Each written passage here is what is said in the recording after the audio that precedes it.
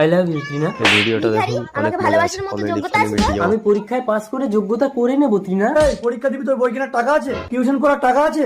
তৃণার সাথে কদিন বাদেই আমার বিয়ে। ওর মা আমাকে কেন পছন্দ করেছে জানিস? এবারের পরীক্ষায় পাশ করে ডিগ্রিটা আমি পেয়ে যাবো। এই, হট।